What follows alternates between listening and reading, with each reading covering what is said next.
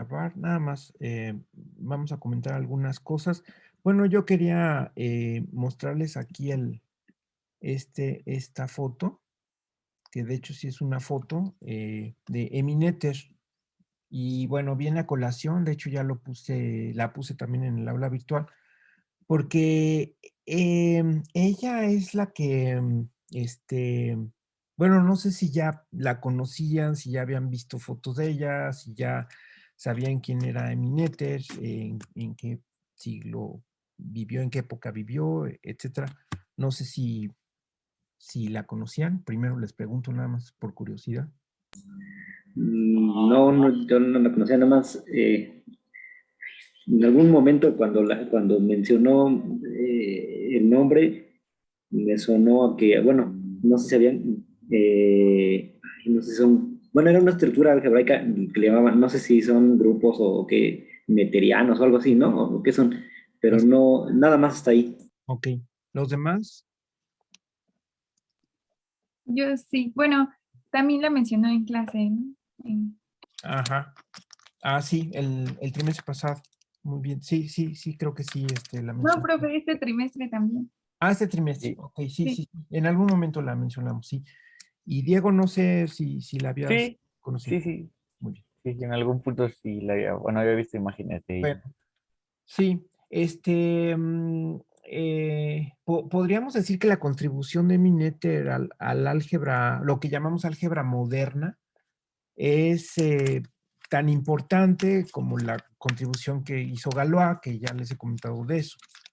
Eh, claro que Galois vivió casi 100 años antes que ella,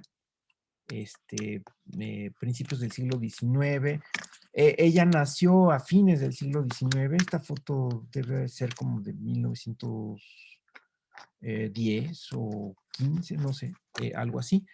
Eh, pero bueno, hizo muchísimas cosas. Alguna vez di una plática sobre ella que se llamaba algo así como la madre del álgebra moderna, o no me acuerdo cómo le puse exactamente, pero sí tiene ese calibre en la historia de las matemáticas y en particular en la historia del álgebra. Eh, y además, no solo eso, sino que en física también es muy famosa. Es muy famoso el encuentro que tuvo ella con Einstein en la Universidad de Göttingen, en Alemania. Ella fue alemana, nació en Alemania. Eh, y bueno, su capacidad, su genio fue tan enorme que incluso trascendió estas dificultades que tenían las mujeres en aquella época de trascender, de estudiar, de entrar a una universidad, de entrar a estudiar una carrera como matemáticas o ciencia, con una abrumadora mayoría de hombres, que por supuesto las veían de manera muy rara y bueno, solamente su capacidad, su genio fue tal que trascendió todas esas dificultades y llegó, pues en el caso de la física, llegó a enunciar de una manera abstracta, general, principios de conservación en distintas, digamos, áreas de la física, ¿no? Nada más les voy a decir eso. Em, usando el cálculo. Y bueno, Einstein se sorprendió sobre esas ideas de Noether y bueno, eso fue lo que hizo en física. Hay un teorema que se llama el teorema de Noether, lo pueden buscar en física. Pero a nosotros en lo que nos compete a lo que estamos viendo de álgebra, justamente en este momento en que acabamos de ver los teoremas de isomorfismo, claro que los estamos enunciando en el álgebra universal, pero ella los enunció por primera vez en 1927 en un artículo famosísimo, donde ella define de manera abstracta lo que es un módulo, así como nosotros lo hemos definido con los axiomas espacio vectorial. De hecho, ella da los axiomas de módulo antes de hablar de los axiomas de espacio vectorial, ¿no? Con la conciencia de que un módulo es más general que un espacio vectorial. Y en este artículo bastante largo desarrolla estas cuestiones que hemos visto del el núcleo, por ejemplo, homomorfismo, submódulo, etcétera. Todos estos conceptos que nos llevan finalmente al primer teorema de isomorfismo, pero también a los otros dos teoremas de isomorfismo. Esos tres teoremas de isomorfismo son enunciados y demostrados por primera vez en 1927 por Emmy Noether. Y además, pues hay otras aportaciones que hace ahí en la teoría de anillos, que está bastante ligada a la teoría de módulos. Entonces, bueno, nada más quería mencionar eso antes de seguir adelante, porque nos habíamos quedado en el teorema de la correspondencia. Y el concepto que menciona Juan Manuel, que es el concepto de anillo netteriano, aunque también se aplica a módulos y por lo tanto a grupos abelianos y en general a retículas también. Ya lo veremos más adelante, ¿no? Es decir, vamos a regresar a Emmy Noether, pero por lo pronto, bueno, les quería mencionar eso y esto tiene que ver con los teoremas que hemos visto. Y por cierto, también quiero mencionar que la vez pasada les dije que el segundo teorema de isomorfismo no estaba siendo enunciado en el libro de álgebra universal, pero la verdad es que sí, ya viéndolo con más detenimiento, recuerden que la vez pasada lo que hicimos fue enunciar y demostrar el primer teorema de isomorfismo y los otros teoremas nada más los esbocé, los enunciados por medio de estos diagramas aplicados a cada uno de nuestros contextos que hemos llamado los contextos específicos de grupos, anillos y módulos. Y de hecho el libro sí, nada más quiero mencionar eso para aclarar que les había dicho que parecía que este teorema no aparecía en el libro, pero la verdad es que sí aparece. Entonces, si me permiten, nada más quiero compartirles en el libro la parte donde está esos teoremas. Nada más déjenme buscarlos aquí. Aquí están. Bueno, ahorita ese es el teorema de la correspondencia, pero aquí está. Entonces, nada más que sí el orden, déjenme ver, aquí el orden es al revés, ¿no? Aquí, ese segundo teorema de isomorfismo, que es el que usualmente se llama segundo teorema de isomorfismo, tanto en grupos como en módulos, aquí lo pone como el tercer teorema de isomorfismo, y es esto que dice aquí. Entonces, no lo vamos a ver con detalle, pero sí les aviso que ahí está escondido el segundo teorema de isomorfismo para grupos, anillos y módulos. Lo que hace es, esta figura nos puede dar bastante luz al respecto.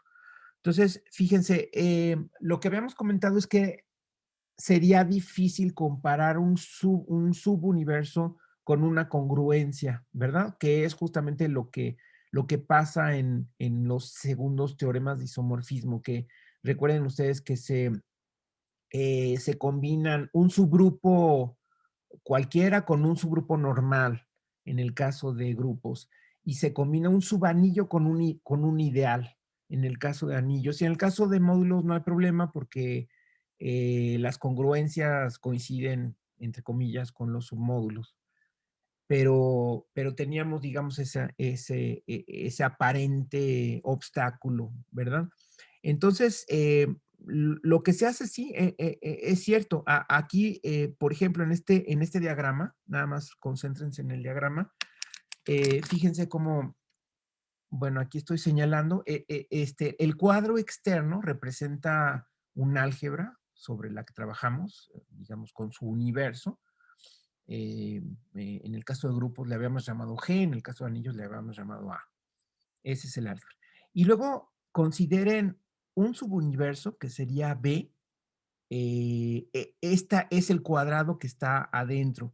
Y a la vez una congruencia, que sería la partición que está simbolizada por estas líneas punteadas o quebradas que están adentro, ¿no? Acuérdense que la congruencia, la manera más práctica de visualizarla es con una partición de todo el universo. Entonces, fíjense cómo en efecto se está considerando un subuniverso cualquiera y una congruencia cualquiera. Y lo que se hace es a partir de ese subuniverso definir otro subuniverso que empalme con la partición. Si se fijan, lo que hacemos ahí es como que agrandar la B, porque la B en principio puede intersectar a ciertas clases de equivalencia, pero de manera no completa, ¿no? Es decir, puede intersectar en algo distinto del vacío a ciertos pedazos, pero eso no quiere decir que los pedazos estén incluidos en la B, ¿verdad? Esa es la situación. Entonces, lo que se hace es definir un nuevo subuniverso, que sería B super teta, aquí es un superíndice, a partir de la B y a partir de la congruencia, de tal manera que sea el conjunto de los elementos del universo que forman clases de equivalencia completas, ¿no? Eso sería la B. Entonces, ese crecimiento que hay de B respecto a la congruencia es lo que en grupos, acuérdense que si les llamamos H y K o H y N, les hemos llamado, ese H por N que estaba por encima, si se acuerdan, estaba el diagrama, bueno, aquí lo puedo dibujar. Si se acuerdan, en el segundo teorema de isomorfismo teníamos un rombo, un diagrama así, este, donde teníamos dos cocientes y el segundo teorema lo que afirma es que estos dos cocientes son isomorfos, ¿no? Entonces necesitábamos a partir de los dos elementos que efectivamente eran un subuniverso y una congruencia, necesitábamos definir algo que esté por encima, entre comillas, de los dos, ¿no? Y aquí, en efecto, lo que está por encima es esta B sub teta, y aquí lo que está por abajo sería la restricción. De hecho, aquí la restricción AB, la restricción AB, ¿ok? En términos generales, esto es lo que está pasando y por eso es que vean ustedes el enunciado como habla de dos cocientes que son isomorfos y justamente está comparando esto que estoy diciendo. La congruencia de abajo, en ambos casos son restricciones porque tiene que ser una congruencia que esté definida sobre el universo de arriba. Entonces, por eso es que la congruencia original hay que restringirla según estemos hablando, ya sea a B, que es el cuadrado pequeño, o a B super teta, que es el cuadrado del medio. ¿Ok? Entonces, por eso en el diagrama, perdón, aquí ya se me fue esto y eh, es que como son archivos bastante grandes, bueno, ya se está regresando. Sí, entonces por eso es que se está hablando de la restricción. Igual acá, formalmente, aquí para que esté, bueno, ya se me fue. Aquí, bueno, ya aterricé aquí en el enunciado. Entonces, por eso es que se habla de restricciones de las congruencias de abajo, ¿verdad? Pero es precisamente ese segundo teorema enunciado desde el punto de vista de álgebra universal. Y bueno, nada más lo quiero mencionar para aclarar lo que había dicho la vez anterior, ¿ok? No sé si hay comentarios, me dice. Ok, entonces ahí están los tres teoremas. Y está el teorema de la correspondencia, que de hecho, en lo que les había dicho la vez anterior, perdón, en lo que les había dicho la vez anterior, eh, sí, de hecho, si ustedes nada más quieren escribir el enunciado, basta con esto decirlo después. O sea, esto se puede decir después. Bueno, lo podemos cortar. Lo voy a pegar aquí por lo pronto. ¿Ok? Y aquí nada más quedarnos con este enunciado, que es lo único que necesitamos. De hecho, lo otro pues es ya parte de la demostración, ¿no? Entonces, aquí de hecho, este es el enunciado, ¿no? Entonces, primero voy a hablar del enunciado y después voy a hablar de la demostración, ¿no? Lo que pasa es que la última clase lo hice muy rápido. Bueno, aquí, este es el enunciado, ¿no? No necesitamos, para el enunciado no necesitamos definir esta congruencia, sino ya más bien va a aparecer en la demostración. El enunciado lo único que dice es que si ustedes tienen una congruencia, de hecho aquí, nuevamente aquí, no necesito más que una congruencia, ¿ok? Aquí es teta, una congruencia.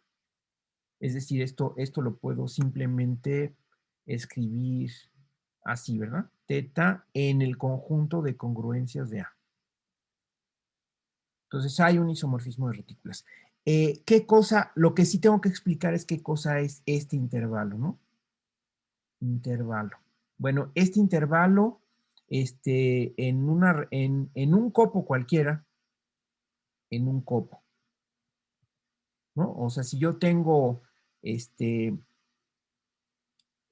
dos elementos en un copo, se define, no recuerdo si ya lo habíamos visto, pero se define el intervalo pues como en cálculo, ¿no? Es decir, es el conjunto de los elementos en el copo que están en medio de esos elementos que marcan el intervalo, ¿no? Aquí, por supuesto, la notación es muy sugerente, déjenme quitar esto por lo pronto.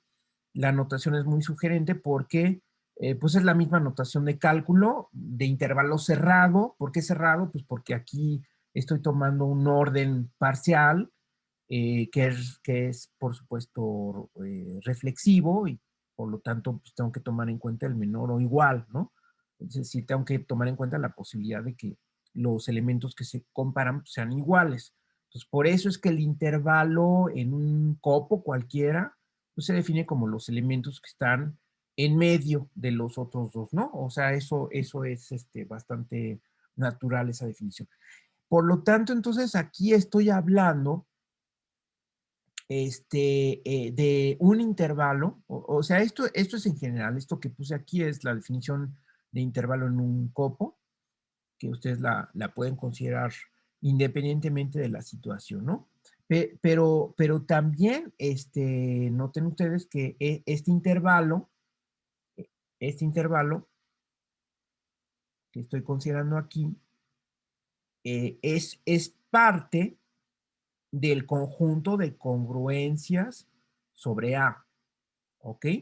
Porque recuerden ustedes que eh, eh, el conjunto de congruencias sobre A no nada más es un copo, sino es una retícula. ¿Ok? Es una retícula completa. Ajá. Eh, es una retícula completa, según vimos. Entonces, si yo tomo este intervalo que es el conjunto de congruencias, o sea, este sería el conjunto de congruencias, por la definición de aquí arriba, de congruencias de A, que están entre teta y A cuadrada. ¿De acuerdo? A cuadrada es, todavía un comentario más, pues A cuadrada es el producto cartesiano A cruzado, ¿no? Que es una congruencia, ¿no? Esto, por supuesto que es una congruencia, pues sería echar todas las parejas en una misma relación, entonces ¿cómo se ve la partición correspondiente? Pues se ve como un solo pedazo, ¿no? O sea, si ustedes, bueno, aquí estoy pensando, estoy dibujando, las particiones que estoy dibujando son las congruencias, ¿no? Es decir, aquí si yo me fijo nada más en la pura partición, aquí estoy pensando En esta partición estoy pensando en la parte rosa es teta, ¿verdad? Es la partición teta. Y bueno, luego dibujé otra partición que es phi, pero teta es la partición correspondiente. Bueno, teta se corresponde con la partición que tiene estas líneas rosas, ¿no? Si nada más ven esa partición. Y la partición que corresponde con A cuadrada, pues es el solo pedazo, es un rompecabezas de un solo pedazo. Eso sería A cuadrada, que contiene a todas las congruencias. En cuanto a particiones, si ustedes comparan dos particiones, pues cómo están ordenadas, pues que los pedazos de una partición contengan adentro de cada pedazo, haya pedazos de la otra partición. Y noten ustedes que las líneas tienen que coincidir.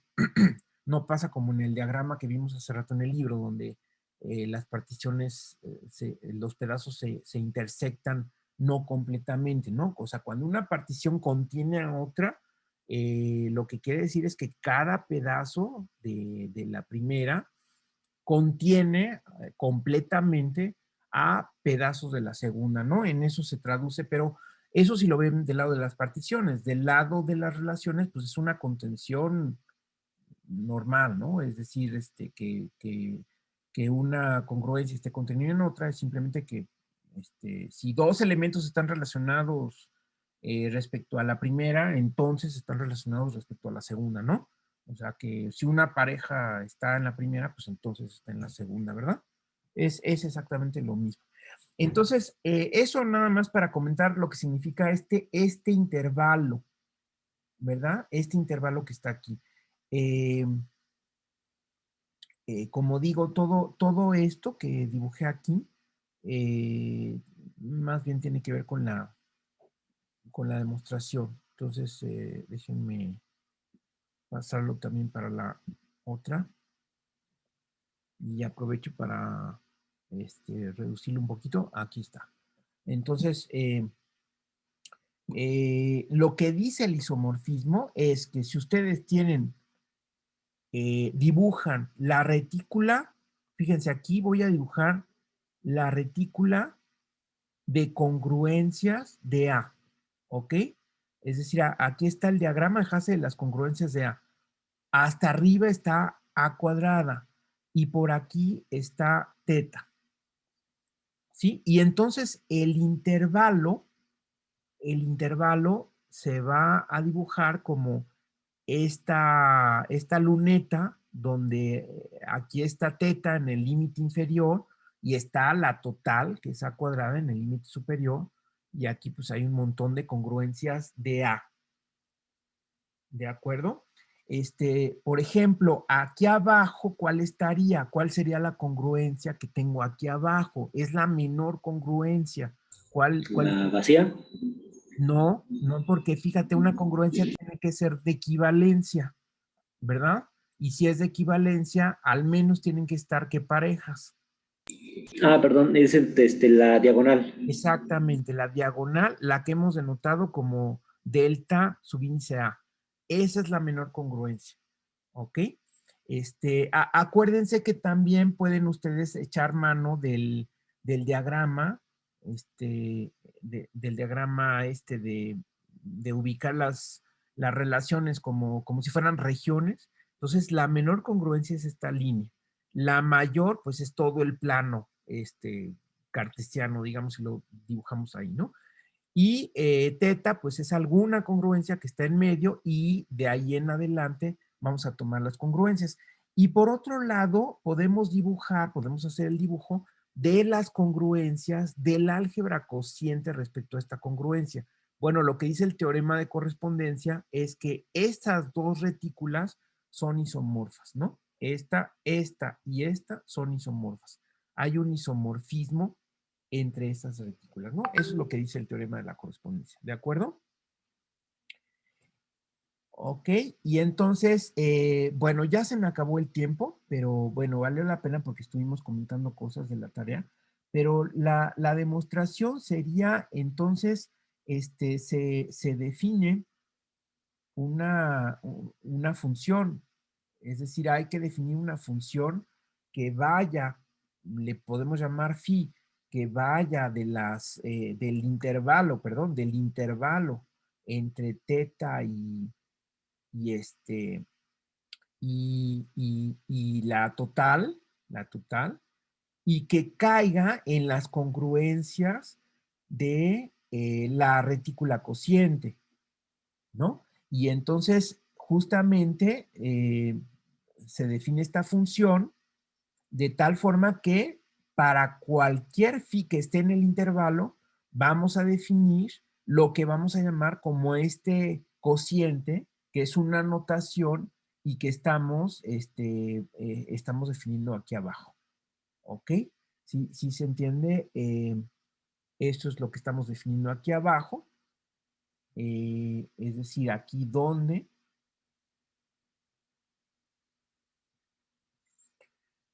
estamos tomando una phi, que es la que aquí estoy simbolizando en el diagrama, estoy simbolizando con anaranjado.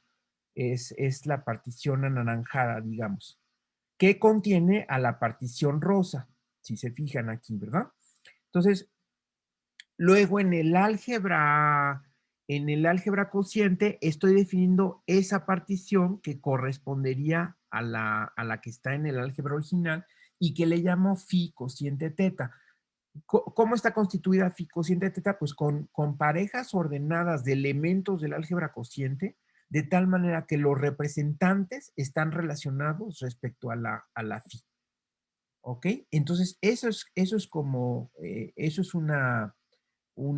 función que entonces hay que demostrar que resulta ser una congruencia. O sea, primero hay que demostrar que en efecto es una función. Aquí nada más lo voy a señalar. O sea, primero, phi es función. No tanto por el lado de que dependa de los representantes, porque aquí lo que estoy haciendo es a una congruencia asociarle a otra, lo que tengo que demostrar es que es una congruencia, ¿no? O sea, que sea una función quiere decir que en efecto esto pertenece a las congruencias del álgebra cociente, ¿sí? Después hay que demostrar que phi es biyectiva, ¿ok? Y luego hay que demostrar que en efecto es un isomorfismo de retículas completas, ¿no? Pueden ustedes eh, primero demostrar simplemente que es homomorfismo de orden, o morfismo, perdón. Phi es morfismo de orden. Eso es lo más sencillo. Y luego usar un ejercicio que les dice que si tienen un isomorfismo de orden, entonces, por tanto, es isomorfismo, ya habiendo demostrado los otros dos incisos, de retículas. ¿Ok? Pero de hecho es un isomorfismo de retículas completas incluso, ¿no? Pero si nada más se quedan en retículas, es decir, que respeta los supremos e ínfimos de dos elementos, con esto es suficiente y con eso ya se terminaría la demostración. Ya no me dio tiempo de hacerla, pero ese es el teorema de la correspondencia que no, va a generar muchísimos resultados en nuestros contextos especiales y bueno, de eso voy a hablar después del examen, de la clase del examen. Ya más bien voy a aterrizar a cuestiones más específicas de nuestros tres contextos. En particular, por ejemplo, si tenemos una congruencia que esté hasta arriba, entonces este intervalo se va a reducir nada más a dos elementos, la congruencia, bueno, que esté hasta arriba, pero sin ser la total, ¿no? Si tengo una que está hasta arriba, diremos que es una congruencia máxima, lo cual nos da en los diversos contextos el concepto de subgrupo máximo, que quizá no es tan usado, pero sí el de ideal máximo y el de submódulo máximo sí son muy utilizados.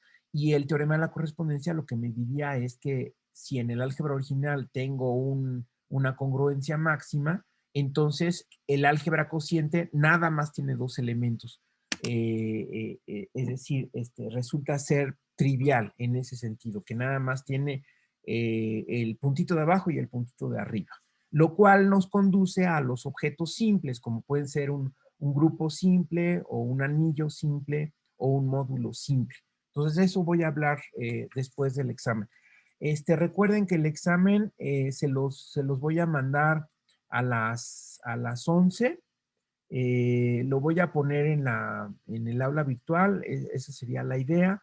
De cualquier manera nos podemos comunicar por correo. Lo pondría a las 11 para que ustedes lo entreguen 2 horas después.